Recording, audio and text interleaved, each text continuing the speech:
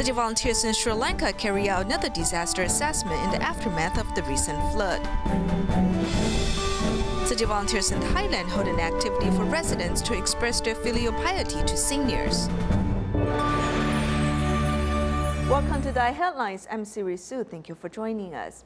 In Sri Lanka, in the aftermath of the recent flood, Tzu Chi volunteers have traveled to another disaster area, Palindanuwara, to assess damages. Since mudslides took place here, many residents in the mountainous area have passed away, and others have been evacuated to temporary shelters. The volunteers went to a temporary shelter, with medical volunteers checking the residents' health conditions. They also plan to distribute Jingsi folding beds and blankets in the near future. In Sri Lanka, 7 Tzu Chi volunteers traveled to the countryside to assess disaster damages. In Palindanuwara, rocks and mud have crushed the residential houses at the bottom of the mountain. Among the 3 families who lived here, only one stayed alive. On the 26th, it rained all night. We woke up at 1 a.m., worried about the possibility of mudslide. Then 2 hours later, we heard the sound of heavy objects rolling down. My husband and I then discovered that rocks and mud are already outside my house. 11 neighbors have been buried alive. We've only saved 1 person, and the other 10 have passed away. The affected residents have been evacuated to temporary shelters, and Tzu Chi volunteers also go visit them. The school has taken in 49 families, or nearly 150 residents. Thinking about the experience, they're saddened. Although my house is not completely destroyed, it is damaged by the floodwater. It is very dangerous to live there. We need help. I hope the government can provide safe places for us to live. Fortunately, my family and I are still safe. My house has been destroyed by the mudslide. We do not have a home to return to, and the government has arranged for us to come here. While caring for the disaster victims, Tima doctors also check their health conditions and comfort them. After assessing their conditions at the temporary shelter, the volunteers have planned to distribute Jingsi folding beds and blankets. After obtaining the list of affected residents, they'll continue their disaster relief work. In Vietnam, Tima members have been invited to hold a free clinic in Tiên Giang province, Go Kham. At the free clinic held at a high school, nearly 200 medical volunteers served about 500 residents. Since the last time Tima members in Vietnam held a free clinic in Tiên Giang province 2 years ago, the local government has invited them to come serve again.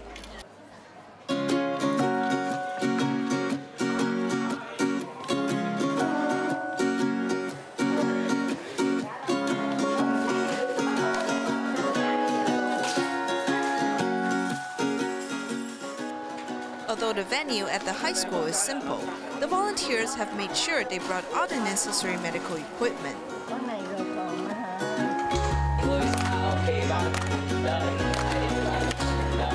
Besides services from 5 departments, there are also doctors who are in charge of triage, so the clinic can run more efficiently.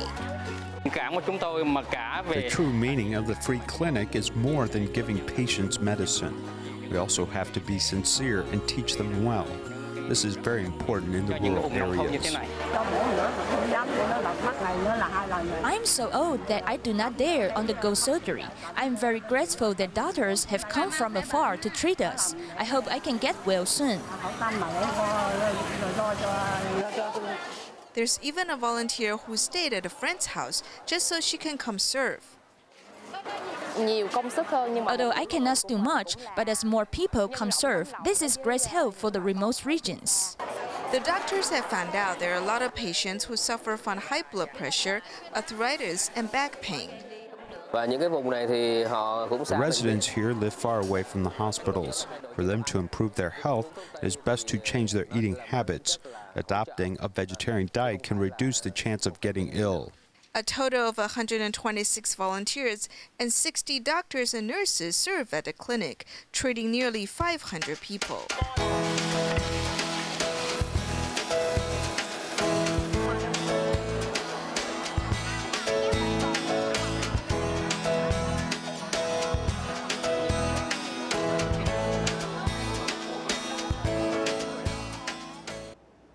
Taiwan, an elderly couple from Kaohsiung City, Shanling, needs someone to take care of them because the husband had a tracheotomy and his wife is a cancer patient. Their children also have different illnesses, so they are unable to take care of their parents. This led the Social Affairs Bureau of Kaohsiung City to hire a home care attendant for them. Besides taking care of their health, this attendant also spends her extra time helping them. It takes this senior a lot of efforts to walk outside, but with the assistance of her home care attendant, she can at least take a walk. She needs me to accompany her to take a walk because her husband has a tracheotomy and her son suffered a stroke. No one can accompany her to take a walk, so it is me who usually does this with her. To prevent further deterioration of her body, as she once suffered a stroke and has no strength in her left part of her body, she takes a walk pushing her wheelchair, and if she feels tired, she may sit on it and take a rest.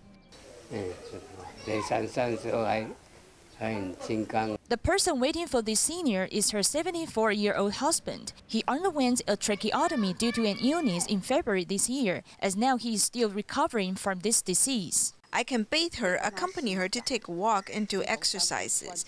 As a home care attendant, we cannot do any other things, but I sympathize with her, so I secretly help her sweep and mop the floor, as well as tidy up her room.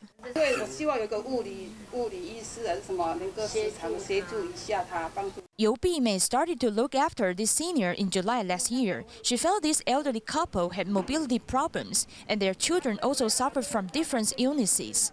As their children are unable to take care of them, Mrs. Yu spends her time taking care of this elderly couple. The next challenge this senior has to face is to receive medical treatment for her oral cancer. Mrs. Yu will continue to support this couple and encourage them to bravely overcome any difficulties they may face in their life. On May 31st, a fire broke out in a 3-story house in Kaohsiung. The house owner's son was killed in the fire because he had mobility problems. The owner escaped unharmed but was devastated by the death of her son. Therefore, Tzu Chi volunteers are finding ways to help this family. At 5:30 p.m. May 31st, neighbors see a fire broke out on the second floor of this building, so they went to help.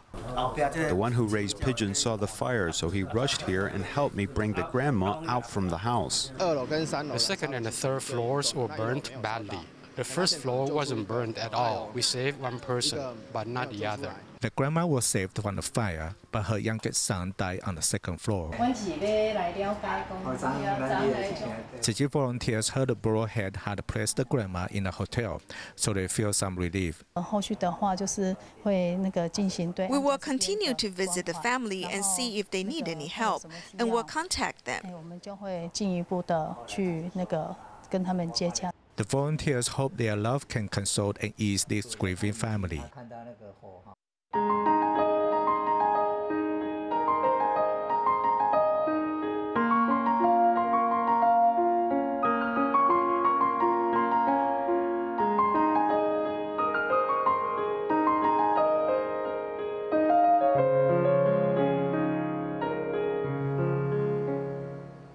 Traditional glove puppet theater is one of Taiwan's most representative performing art forms. Unfortunately, this art has been on the decline. 30 years ago, glove puppet theaters entered school campuses. However, most such performances these days are simply done for the gods. 好，接着下来由宜兰县夏威国小为各位带来精彩的演出。节目开始。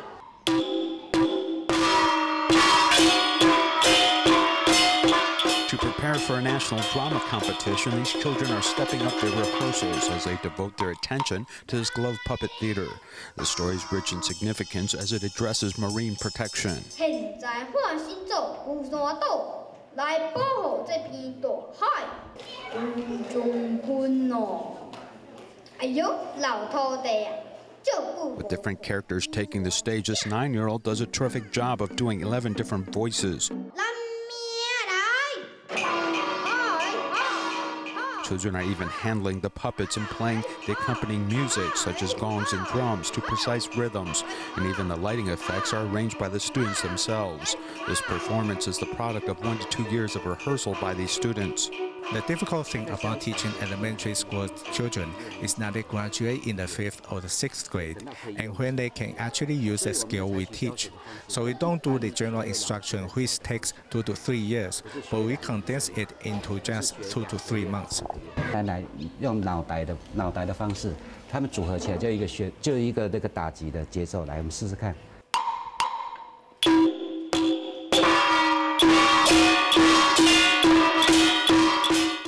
Liang is the 6th generation of a puppet theater company. His father, Zhongren Bi, has been an acclaimed puppet master for 27 years and has obtained the Folk Heritage Award. 我们3兄弟都不让我们接这一行。 The 3 brothers in my family did not want to take up this work. In the 70s, I wanted to study more and become a useful person. I didn't want to just enter a puppet troupe. 戏班的表演的工作者。 However, the rapid evolution of the times led puppet theaters to experience a period of decline. Several national treasure puppet masters shared similar sentiment, as Li Tianlu in 1984 went to Zhuguang Elementary School to establish the Wei Wanran Puppet School. And in 1989, the Xing Ku Puppet Troupe established its own puppet school, who for the next 30 years traveled all over to teach glove puppet skills.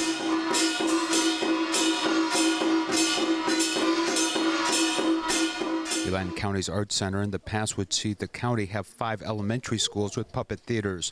At the moment, however, only Shaowei Elementary has a puppet school because of funding issues. There's a big difference between traditional glove puppet theater and modern dramas, and one of the differences is money. For example, each traditional puppet costs between $300 and $600 US. 不只是担心啦，真的，我们要看到这个。I'm not only concerned, but we could soon face extinction. It's not just how to perform with puppets, but also the narration, as the vitality of this art has fallen quite low. 生命力它会降得很低。布袋戏真趣味吼，大家来学真欢喜。我嘛足介意的，因为吼会使学别人，做别人唔免做家己。Huang Chaowei benefited from being taught by an acclaimed national treasure puppet master Li Tianlu, and now he is one of the few still working in this art form. At that time, we started with more than 60 classmates. How many made it to graduation? About 16. Afterwards, the master helped us find another to attend. But the one he found was the Taipei Guanghua Arts School, which is a private institution with expensive tuition, so he couldn't afford it. Li Tianlu searched out officials and scholars to hold a press conference, but in the end, he couldn't change government policy.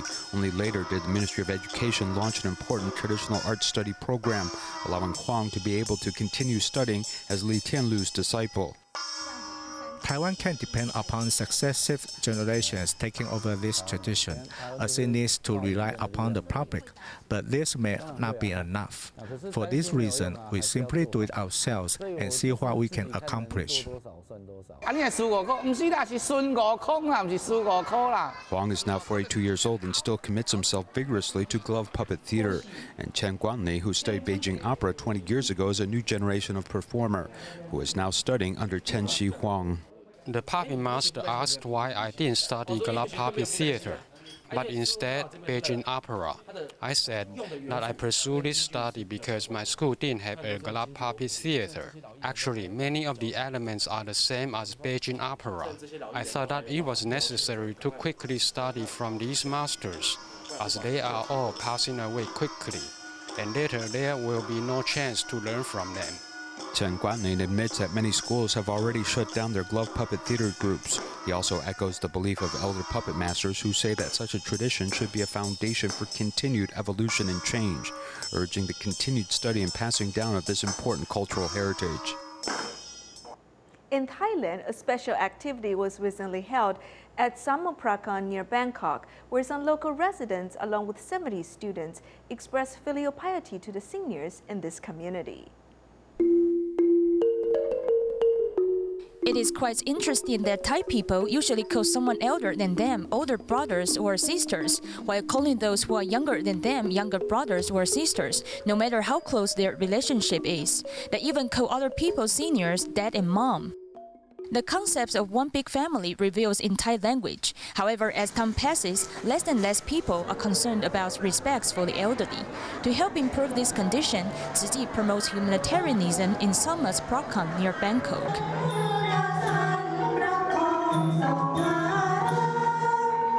70 students from the Mahafa Prajathong School joyfully attend this special activity organized by Tzu Chi, where they express their filial piety by serving tea and meals to the community seniors with great respect.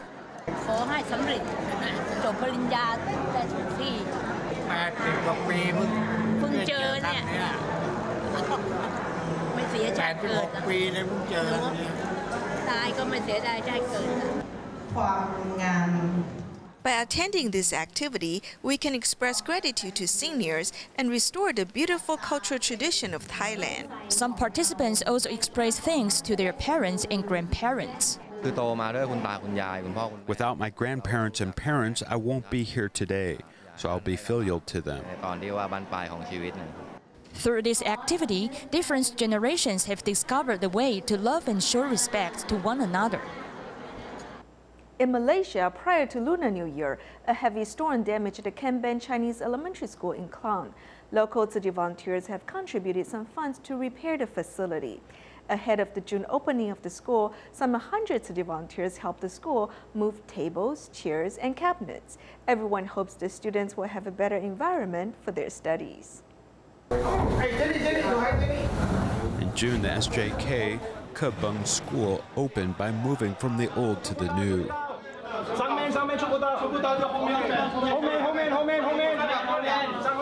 In addition to alumni, students, and parents, Tzu Chi volunteers also mobilized 100 people to participate in the move. I'm very touched by those who I am familiar with and those who are new. I think that Tzu Chi volunteers are very selfless and go wherever help is needed. They also took the initiative to contact us. At the beginning of this year, the SJK Kabung School was heavily damaged by a storm. Tzu Chi's Klang chapter subsidizes part of the repair costs. This school just moved in. Our community of Bukit Kemunin might follow up with an environmental exhibition. We also hope to bring Jin's aphorisms to be taught in the school. The opening of the new school will give students a good environment to study, helping them feel at ease. Tzu Chi volunteers also promise to continue good relations and interaction with the school in the future. In Taiwan, a Tzu Chi charity concert took place in Taichung on June 2nd and June 3rd. This time, about 30 staff members from Taichung Tzu Chi Hospital also performed at the concert. For many of them, this is a first-time experience as they use their free time to practice diligently, eager to do their best on stage.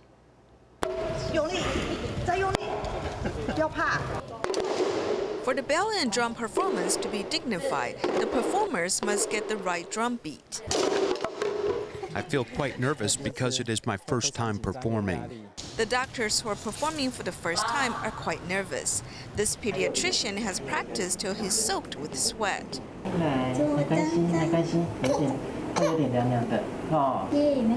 Dr. Yu Menggong does things to the best of his ability. After making hospital rounds, he uses his lunch break to practice.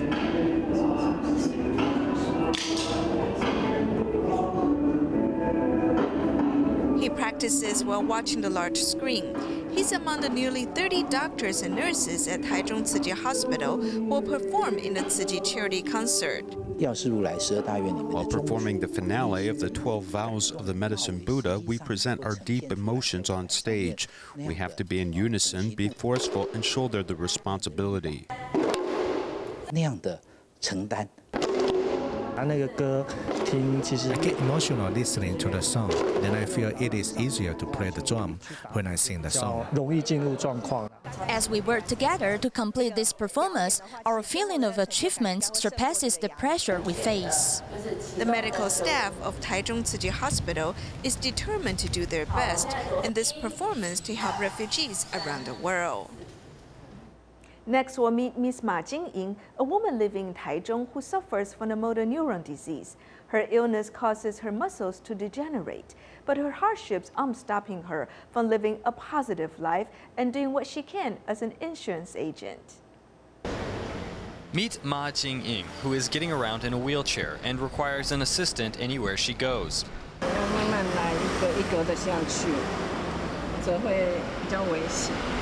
Today, she has come to a professional class about insurance. Since the facility is not barrier-free, Ma Jing-ying can only enter carefully through the garage. Ms. Ma suffers from a motor neuron disease and deals with constantly weakened muscles every day. It is always a struggle for her to manage her work as an insurance salesperson. My father went to a coma after an accident that affected me a lot. It made me realize that unexpected accidents may happen at any time. We never know what tomorrow holds. It was because of the experience of her father that Miss Ma decided to go into the insurance business, although preparing and signing documents with her weakened hands is no simple task. On the day that we pass away, the only thing we leave to our family is our love. When I am by her side, I see how difficult it is for her. That makes me realize I should stay positive. She doesn't know when, but Miss Ma knows that someday her ability to move and work will eventually diminish, but she is not afraid.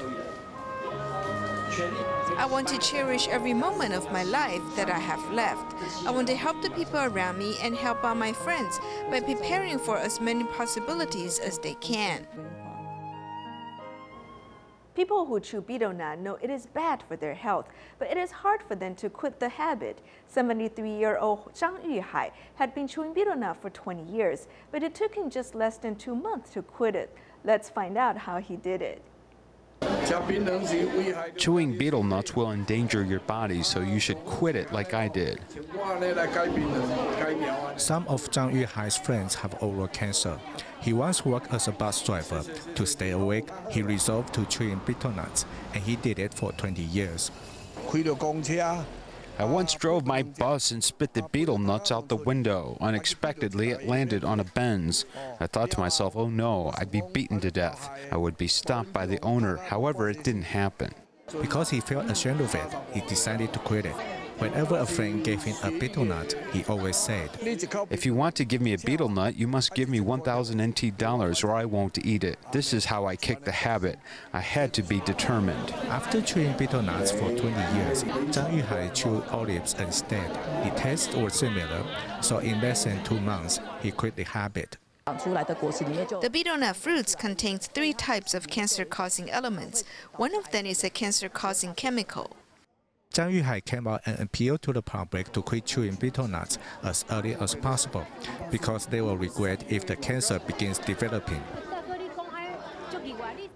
The Tzu Chi headquarters in the United States recently sent its mobile pantry to Juanita Blakely Jones Elementary School in San Bernardino, California. The volunteers distributed fresh fruit, vegetables, and other food to 200 students in need, so these families will be able to get the proper nutrients they need. We'll leave you with these images at the end of the program. Thank you for joining us. See you next time.